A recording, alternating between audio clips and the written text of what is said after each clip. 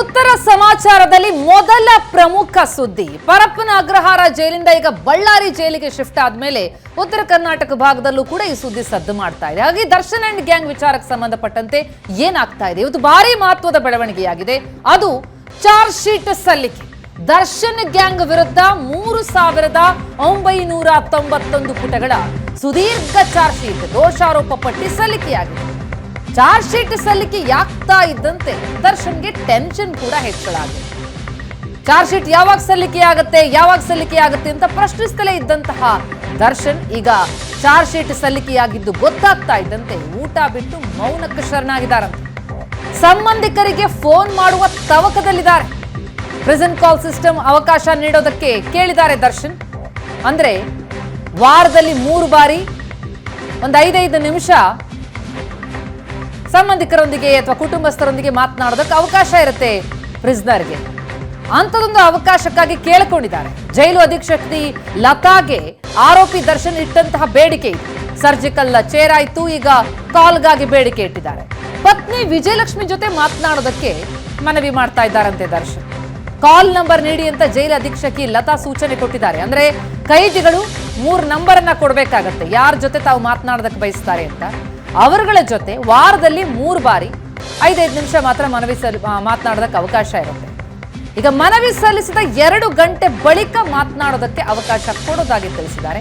ಸದ್ಯಕ್ಕಿನ್ನೂ ದರ್ಶನ್ಗೆ ಫೋನ್ಗೆ ಅವಕಾಶವನ್ನು ಜೈಲಧಿಕಾರಿಗಳು ಕೊಟ್ಟಿಲ್ಲ. ಲ್ಯಾಂಡ್ಲೈನ್ ಮೂಲಕ ಮಾತನಾಡೋದಕ್ಕೆ ಅವಕಾಶ ಇರುತ್ತೆ, ಅದು ಕೂಡ ಲಿಮಿಟೆಡ್. ಈಗ ಏನ್ ಕೋರ್ಕೊಂಡಿದ್ದಾರೆ ದರ್ಶನ್, ಪತ್ನಿ ಜೊತೆಗೆ ಮಾತನಾಡಬೇಕು, ಅವಕಾಶ ಕೊಡಿ ಅಂತ. ಅದಕ್ಕೆ ಯಾವಾಗ ಹಾಗಿದ್ರೆ ಸಮಯ ಸಿಗುತ್ತೆ, ಇದು ಕುತೂಹಲ ಮೂಡಿಸ್ತಾ ಇದೆ. ಇದೇ ವಿಚಾರಕ್ಕೆ ಸಂಬಂಧಪಟ್ಟ ಹಾಗೆ ಮಾಹಿತಿಯನ್ನ ಪಡೆದುಕೊಳ್ಳೋಣ. ನಮ್ಮ ಬಳ್ಳಾರಿಯ ಪ್ರತಿನಿಧಿ ನರಸಿಂಹಮೂರ್ತಿ ಇದೀಗ ನಮ್ಮ ಜೊತೆ ಸಂಪರ್ಕದಲ್ಲಿದ್ದಾರೆ. ನರಸಿಂಹಮೂರ್ತಿ, ಚಾರ್ಜ್ ಶೀಟ್ ಯಾವಾಗ ಸಲ್ಲಿಕೆ ಆಗುತ್ತೆ ಅನ್ನುವಂತಹ ಪ್ರಶ್ನೆ ಇತ್ತು. ಆ ಪ್ರಶ್ನೆಗೆ ಇವತ್ತು ಉತ್ತರ ಸಿಕ್ಕಿದೆ. ಚಾರ್ಜ್ ಶೀಟ್ ಕೂಡ ಸಲ್ಲಿಕೆ ಆಗಿದೆ. ದರ್ಶನ್ ಟೆನ್ಷನ್ ಕೂಡ ಜಾಸ್ತಿ ಆಗಿದೆ. ಸೊ ಈಗ ಟೆನ್ಷನ್ ನಲ್ಲಿ ಮನೆಯವರು ಕಾಲ್ ಮಾಡಬೇಕು ಅನ್ನುವಂತಹ ಬೇಡಿಕೆ ಇಟ್ಟಿದ್ದಾರೆ ದರ್ಶನ್ ಅನ್ನುವಂಥದ್ದು. ಸೊ ಆ ಬೇಡಿಕೆ ಈಡೇರುತ್ತಾ ಏನ್ ಮಾಹಿತಿ ಇದೆ? ವೀಣಾ, ಈಗಾಗಲೇ ಹೇಳಿದಂತೆ ಪರಪ್ಪನ ಅಗ್ರಹಾರಕ್ಕೂ ಬಳ್ಳಾರಿ ಜೈಲಿಗೂ ವ್ಯತ್ಯಾಸ ಇದೆ ಅನ್ನೋದು ಕಳೆದ 7 ದಿನಗಳಿಂದ ಬಳ್ಳಾರಿಗೆ ಬಂದು 7 ದಿನ ಇವತ್ತಿಗೆ ದರ್ಶನರಿಗೆ ಸ್ಪಷ್ಟವಾಗಿ ಗೊತ್ತಾಗಿದೆ. ಪರಪ್ಪನ ಅಗ್ರಹಾರದಲ್ಲಿ ನಡೆದಂಥ ಆಟವೆಲ್ಲವೂ ಕೂಡ ಬಳ್ಳಾರಿ ಜೈಲಲ್ಲಿ ನಡೆಯುವುದಿಲ್ಲ ಅನ್ನೋಂಥ ಮಾತು ಈಗ ಸ್ಪಷ್ಟವಾಗಿದೆ. ಯಾಕಂದರೆ ಪ್ರತಿಯೊಂದನ್ನು ಕೂಡ ಇಲ್ಲಿ ಅರ್ಜಿ ಹಾಕಬೇಕು, ಅದಕ್ಕೆ ಒಪ್ಪಬೇಕು.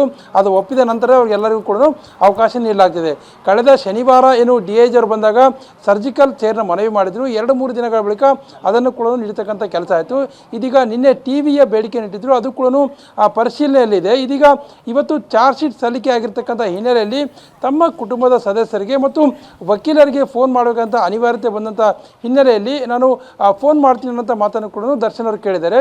ಜೈಲಿನ ನಿಯಮಗಳ ಪ್ರಕಾರ 3 ನಂಬರ್ಗಳನ್ನು ಜೈಲಿನ ಸಿಬ್ಬಂದಿ ಕೊಡಬೇಕು. ಅದು ಫೋನ್ನಲ್ಲಿ ಇನ್ಸೆಟ್ ಮಾಡಿದಾಗ ಯಾವ ಕೈದಿ ಮಾತಾಡ್ಬೇಕಂತಾನೆ ಅವರು 3 ನಂಬರ್ಗೆ ವಾರದಲ್ಲಿ 3 ದಿನ, ಅಂದರೆ ಯಾರಿಗಾದರೂ ಮಾತಾಡ್ಬೋದು, 5 ನಿಮಿಷಗಳ ಕಾಲ ವಾರದಲ್ಲಿ 3 ದಿನ ಮಾತಾಡೋದಕ್ಕೆ ಅವಕಾಶ ಇರುತ್ತೆ.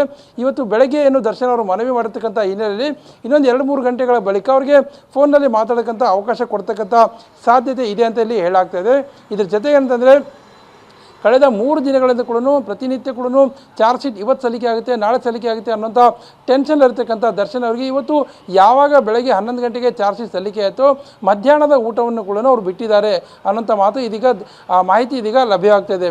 ಬೆಳಗ್ಗೆ ಅವಲಕ್ಕಿ ಬಾತ್ ಟಿಫಿನನ್ನು ಮಾಡಿರ್ತಾರೆ, ತದನಂತರ ಟೆನ್ಷನ್ನಲ್ಲೇ ಕಾಲ ಕಳೀತಿರ್ತಾರೆ. ಅಂದರೆ ಜೈಲಿನಲ್ಲಿ ಆ ಕಡೆ ಈ ಕಡೆ ಓಡಾಡೋದು. ಇವತ್ತು ಚಾರ್ಜ್ ಶೀಟ್ ಸಲ್ಲಿಕೆ ಆಗುತ್ತೆ, ಏನಾಗುತ್ತೆ ಏನಿಲ್ಲ, ನನಗೆ A to ಇಂದ A1 ಮಾಡ್ತಾರೆ ಅನ್ನೋಂಥ ಮಾಹಿತಿ ಒಂದಷ್ಟು ಗಾಬರಿ ಹುಟ್ಟಿಸ್ತಕ್ಕಂಥ ಹಿನ್ನೆಲೆಯಲ್ಲಿ ಸಾಕಷ್ಟು ಆತಂಕವನ್ನು ಕೂಡ ದರ್ಶನ್ ವ್ಯಕ್ತಪಡಿಸಿದ್ದಾರೆ. ಮತ್ತು ಜೈಲಿನ ಇತರೆ ಸಿಬ್ಬಂದಿಗೆ ಏನು ದರ್ಶನ್ ಅವರ ಬ್ಯಾರಿಕ್ ಹತ್ರ ಬರ್ತಾರೆ, ಆ ಸಿಬ್ಬಂದಿಗೆ ಒಂದು ಮಾತನ್ನು ಕೇಳ್ತಾರೆ, ಚಾರ್ಜ್ ಶೀಟ್ ಸಲ್ಲಿಕೆ ಆಯ್ತಾ, ಅದರತಕ್ಕಂಥ ಏನಾದರೂ ಹೈಲೈಟ್ ಅಂಶಗಳು ನಿಮ್ಗೆ ಗೊತ್ತಿದ್ದಾವಾ, ಎಷ್ಟು ಪೇಜಿನ ಚಾರ್ಜ್ ಶೀಟ್ ಸಲ್ಲಿಕೆ ಆಯಿತು, ಯಾರೆಲ್ಲ ಸಾಕ್ಷಿ ಹಾಕಿದ್ದಾರೆ, ಮತ್ತು ಇತರೆ ಕೈದಿಗಳು ಅಂದರೆ ತನ್ನ ಜೊತೆ ಬಂದಿಯಾಗಿರ್ತಕ್ಕಂಥ 17 ಜನ ಸದಸ್ಯರಿದ್ದಾರೆ, ಅವರೆಲ್ಲರ ಹೆಸರು ಏನಂತ ಉಲ್ಲೇಖ ಆಗಿದೆ, ಇದೆಲ್ಲವನ್ನು ಕೂಡ ಇರತಕ್ಕಂಥ ಕೈದಿಗಳಿಗೆ ಒಂದಷ್ಟು ಮಾಹಿತಿಯನ್ನು ದರ್ಶನ್ ಅವರು ಕೇಳ್ತಾರೆ. ಆದರೆ ಇಲ್ಲಿರ್ತಕ್ಕಂಥ ಸಿಬ್ಬಂದಿ ಕೇಳ್ತಾರೆ ಮಾಹಿತಿ.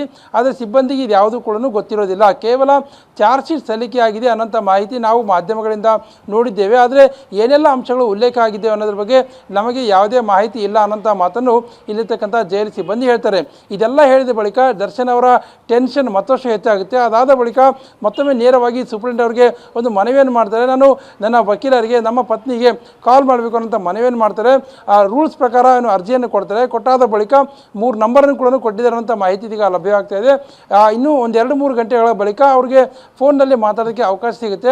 ಫೋನ್ನಲ್ಲಿ ಮಾತನಾಡಿದಾಗ ಮಾತ್ರ ದರ್ಶನ್ ಅವರಿಗೆ ಚಾರ್ಜ್ ಶೀಟ್ ಅಲ್ಲಿ ಏನೆಲ್ಲ ಆಗಿದೆ ಅನ್ನೋದ್ರ ಬಗ್ಗೆ ಸ್ಪಷ್ಟವಾದಂಥ ಮಾಹಿತಿ ದೊರೆಯಲಿ. ಇನ್ನು ಟಿವಿ ಬಗ್ಗೆ ಹೇಳಿದ್ರೆ ಟಿವಿ ಕೂಡ ಇವತ್ತು ಅಥವಾ ನಾಳೆ ಅದ್ರ ಬಗ್ಗೆ ನಿಮ್ಮಿಂದ ಡೀಟೇಲ್ಸ್ ಅನ್ನ ಪಡಿತೀವಿ ನರಸಿಂಹಮೂರ್ತಿ, ಹಾಗೆ ಸಂಪರ್ಕದಲ್ಲಿರಿ. ಎಸ್, ಒಟ್ನಲ್ಲಿ ಈಗ ಪ್ರಿಸನ್ ಕಾಲ್ ಸಿಸ್ಟಮ್ ಅವಕಾಶವನ್ನ ದರ್ಶನ್ ಅವ್ರು ಕೇಳಿದ್ದಾರೆ. ನೋಡೋಣ ಅವಕಾಶ ಜೈಲಿನ ಅಧಿಕಾರಿಗಳು ಕೊಡ್ತಾರಾ ಅಂತ. ಈಗಾಗಲೇ ಸರ್ಜಿಕಲ್ ಚೇರ್ನ ಡಿಮ್ಯಾಂಡ್ ಇಟ್ಟಿದ್ರು, ಬೇಡಿಕೆ ಇಟ್ಟಿದ್ರು, ಅದು ಸಿಕ್ಕಾಯ್ತು ದರ್ಶನ್ಗೆ. ಈಗ ಅದಾದ ನಂತರ ಟಿವಿಯ ಬೇಡಿಕೆ ಇಟ್ಟಿದ್ದಾರೆ. ದಯವಿಟ್ಟು ಟಿವಿ ವ್ಯವಸ್ಥೆಯನ್ನ ಮಾಡಿಕೊಡಿ ಅಂತ ಕೇಳಿದ್ದಾರೆ. ದರ್ಶನ್ಗೆ ಟಿವಿ ವ್ಯವಸ್ಥೆ ಮಾಡಲು ಸಿಬ್ಬಂದಿಗಳು ಕೂಡ ಮುಂದಾಗಿದ್ದಾರೆ. ಜೈಲಿನಲ್ಲಿ ಟಿವಿ ನೀಡಲು ದರ್ಶನ್ಗೆ ಸಿಬ್ಬಂದಿಯಿಂದಲೇ ಸಿದ್ಧತೆಗಳು ನಡೀತಾ ಇದೆ. ಇವತ್ತು ಸಂಜೆ 4 ಗಂಟೆಗೆ ದರ್ಶನ್ ಸೆಲ್ಗೆ ಟಿವಿ ವ್ಯವಸ್ಥೆ ಆಗುವ ಸಾಧ್ಯತೆ ಇದೆ ಅಂತ ಹೇಳಲಾಗ್ತಾ ಇದೆ. 15ನೇ ಸೆಲ್ನಲ್ಲಿ ಟಿವಿ ವ್ಯವಸ್ಥೆ ಮಾಡಲಿದ್ದಾರೆ ಜೈಲಿನ ಸಿಬ್ಬಂದಿ. ಪದೇ ಪದೇ ದರ್ಶನ್ ಟಿವಿ ಬೇಕು ಅಂತ ಜೈಲಿನ ಸಿಬ್ಬಂದಿಗಳ ಬಳಿ ಕೇಳ್ಕೊಳ್ತಾನೆ ಇದ್ದಾರೆ. ಸೊ ಈಗ ಟಿವಿ ವ್ಯವಸ್ಥೆಯನ್ನ ಮಾಡೋದಕ್ಕೆ ಸಿಬ್ಬಂದಿಗಳು ಕೂಡ ಸಿದ್ಧತೆಯನ್ನ ಮಾಡ್ಕೊಂಡಿದ್ದಾರೆ. ಸಂಜೆ 4 ಗಂಟೆಯಷ್ಟೊತ್ತಿಗೆ ಟಿವಿ ವ್ಯವಸ್ಥೆ ಆಗಬಹುದು ಅನ್ನುವಂತಹ ಮಾಹಿತಿ ಸಿಗ್ತಾ ಇದೆ. ವಿಚಾರಣಾಧೀನ ಖೈದಿಗಳಿಗೆ ಕೊಡುವಂತಹ ಸೌಲಭ್ಯಗಳಲ್ಲಿ ಇದು ಕೂಡ ಒಂದು. ಟಿವಿ ವ್ಯವಸ್ಥೆಯನ್ನ ಕೇಳಿದ್ರೆ ಸಿಬ್ಬಂದಿಗಳದನ್ನ ಮಾಡಿಕೊಡ್ತಾರೆ. ಆ ನಿಟ್ಟಿನಲ್ಲಿ ಈಗ ಸಿದ್ಧತೆಗಳು ಕೂಡ ಆಗ್ತಾ ಇದೆ. ಸರ್ಜಿಕಲ್ ಚೇರ್ಗೆ ಬೇಡಿಕೆ ಇಟ್ಟಿದ್ರು. ಬೆನ್ನೋವಿದೆ, ಆರೋಗ್ಯ ಸರಿ ಇಲ್ಲ, ದಯವಿಟ್ಟು ಸರ್ಜಿಕಲ್ ಚೇರ್ ಕೊಡಿ ಅಂತ ಬೇಡಿಕೆ ಇಟ್ಟಿದ್ರು. ಆ ಬೇಡಿಕೆಯನ್ನ ಜೈಲಿನ ಸಿಬ್ಬಂದಿ ಈಡೇರಿಸಿದ್ದಾರೆ. ಈಗ ಟಿವಿಗಾಗಿ ಕೇಳ್ತಾ ಇದ್ದಾರೆ.